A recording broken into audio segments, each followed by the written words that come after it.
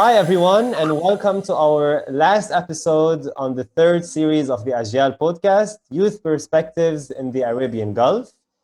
This episode is titled "The Arabian Gulf Women in Climate Action," and this series is brought to you in collaboration with the Arab Youth Climate Movement in Qatar, along with my colleague here, Nishad. With us is Fatema Frutan from Bahrain. She's the Deputy Chief of the Environment Citizenship Program at the Bahrain Women Association and a previous member of the Board of Directors. And she has also led several papers and workshops on community engagement and education in the United Arab Emirates, Germany, and other countries and places. Welcome, Fatima. Thank you for being with us here today. Let's jump to our first segment. Quick questions with quick responses. From 1 to 10, how involved are Gulf women in climate decision making? 4. Name one barrier for women leadership in the region. Access to information and up-to-date researches related to climate change. How would you describe youth involvement in climate action in the Gulf? Promising. Okay, awesome. Thanks a lot. Let's move on now to our main discussion, which is we want to tackle the topic of women involvement in climate leadership and climate movements in climate action in West Asia, but especially, or more specifically, in the Arabian Gulf. Let's just ask the obvious question. Why is it that we see here in West Asia or the Arabian Gulf an underrepresentation of women leadership roles, especially in this space, in nature and climate, in your opinion, of course? I think this is related to different factors because leadership in climate change area has lots of factors. For example, it goes under the governments, policy making, strategy making. It goes with the private sector, and it goes as well under the umbrella of the NGOs. So it is an issue that is related to everybody. Why we are underrepresentation? We have like underrepresentation of women. Again, we have to raise the awareness about the importance of women's role, especially in the climate change, because women are more affected than, let's say, men in this area. I will not say that we are definitely underrepresented because, for example, I am, maybe Nishad already knows that I'm a West Asia regional facilitator of UNEP program. So we have women, but we need more women to act in this area. Again, why we have this, or we have like a weakness in women in the climate change, we need to emphasize the role of the women in this field. But for example, I can bring Bahrain as an example. Bahrain and maybe in lots of other GCC countries, we have good governmental initiatives. For example, in the Kingdom of Bahrain, Supreme Council of Environment is the primary body who's mandating and managing the climate change issues, where we have dedicated department within the Council for Sustainable Development and Climate Change. So we have this part is already covered within under the let's say government sector. Also, we have the Supreme Council of Women, which is under the leadership of Her Royal Highness Prince Sabika bint Ibrahim Al Khalifa. The Supreme Council of Women, again, they have the national plan, they have the strategy, which they have focused already on the equal opportunities, lifelong learning for the women. As well, they established the Gender Balance Center, which again, it is related to sustainable development and even the impact of climate change. They established policies, allocated budget. There was knowledge management for this area, and lots of, let's say, impact and measurements in the field of women advancement. Again, we need to have the women empower themselves in this area. Lots of the women, they don't know that they are already impacted with the climate change factor. They don't know that, for example, the nature of the countries in the Gulf. Again, I will emphasize or highlight Bahrain. We acknowledge that we are under the threat of high sea levels. If we are talking about women, it will impact the employability. Women will not have the equal, let's say, opportunity to be employed if we are under the impact of the climate change. We are today under a worldwide pandemic. Lots of diseases will come up to the surface because of the climate change. So women do have to look and pay attention to their role within the climate change. Wonderful, Fatima. Thank you for that insight, and also a good example of what Bahrain is doing, especially the women in Bahrain and the initiative by Her Highness, which you also mentioned at the moment. But at the same time, I'm happy that you acknowledge there is a lack of awareness why women has to be on the leadership position. And given the fact that you've been very much involved in the past many years, I haven't seen many in the past many years. I mean, okay, now I'm also of the belief that many of this are because of how the media hype. A lot of people are involved. But the real involvement is like you through your organization, to the Bahrain Women Association, which itself is a civil society organization, if I understand, has been working. Do you see civil society has more role than what you mentioned, the government and the private? I think the key of the civil societies or NGOs that they have access to the public.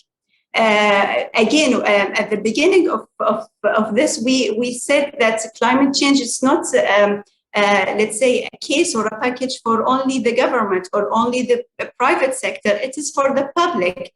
So here we have the role of the NGOs. Why I said at the beginning as well, the youth have a promising future within the climate change, because we start on building the awareness, starting emphasizing the impact of the climate change, and people or the public will realize that they are already living within the negative impact of the climate change. So in addition to that, I think, like, for example, what we do here in Bahrain Women Association for Human Development, we build the confidence and starting to target the individuals to believe that each individual have the power to change the equation. So I think NGOs are powerful because of this. In addition to that, most of the NGOs are working under the umbrella or in parallel with UN bodies. So if we will look into the SDGs, there is a goal related to the climate change, a goal related to equal opportunities in women. So NGOs are aligning their activities within the SDGs and within the areas of interest of the UN bodies. So I think here comes the strength of collaboration between NGOs and the UN bodies. Excellent. Thank you, Fatima. Ryan, back to you. Fatima, you actually said something at the beginning that caught my attention. So what I understood from what you said is that the space within decision-making for women in the Arabian Gulf, it's there, it's open, and it's available. But what needs to be worked on is awareness for women to join that space, right? So you're saying that the seats are available for women, it's just that there isn't enough awareness for them to bring themselves up and sit on the seats. Is this what you were trying to say? I was actually focusing, let's say, on that in the Gulf region we have, or the governments and the national bodies, they already looked into the importance of climate change and environmental issues. And this is, again, it comes with the gender balance. We always seek to have the gender balance. Are we there yet to what we have or what we are aiming to? Of course not. But let's say the roots or the beginning of this journey is already made. We have to have collaborative efforts now because women should, let's say, I will not say fight because there is like an understanding that we need women in this, let's say, path. But again, it should come from all directions.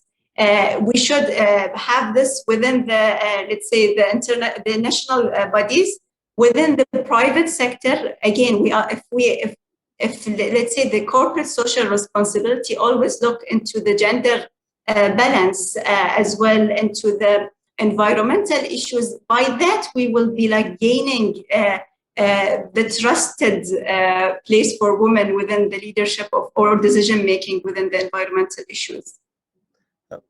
Fatima, if I was to ask, would it be possible to see women in ministerial positions, women leading ministries, women leading decision making? Like I'm talking about very high level decision making.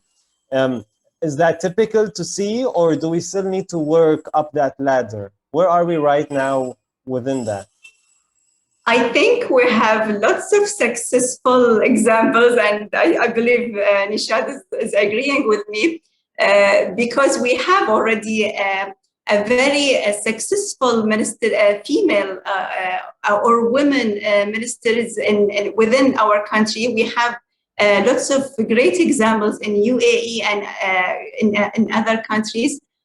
Because again, people change the traditional perspective of women. Yeah. They realize it cannot go only by a male perspective, because at the end it is like a balance. We need to have men and women both are affected.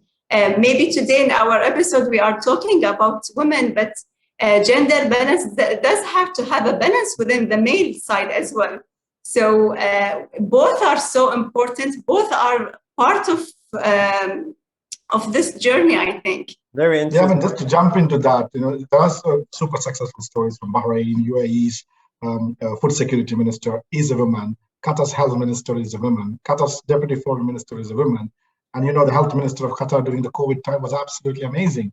I mean how she with the department, how she, helped us. There used to be a Supreme Committee meeting every week to update the community, residents and citizens. So how are they going to look at the pandemic? And similarly, I think there is a new undersecretary for Ministry of Climate Change in the UAE. It's a new woman, and I think, like Fatima mentioned, they are coming up. I mean, there is potential, and the leadership quality is never to be questioned. I think they just need that position because I think women has, especially in terms of environment and peace building, I think women has a great potential in the days to come. All right, perfect. Let's move on to our last question, because I'm deducing a lot of things, I'm concluding a lot of things, and not just from this episode, from the two ones that were before this. Fatima, how can youth, let's say people below 35 or 30, support the inclusivity of women in nature and climate? How can we support that? Thank you. Very important question. And I think it does tackle every and each single family within the region. If we raise our kids to have the sense of having volunteer work from teenaging or from early stages of life, this is one important thing. The second thing, and I think in Bahrain Women Association, I will again reflect it on myself, so you will be having a true example. When I joined Bahrain Women Association for Human Development, I was in my early 20s. And I was surprised how they were giving me opportunities to go and represent Bahrain in international conferences. So giving the opportunity plus the trust to the youth is really important. It does build the confidence within us. If we have, let's say,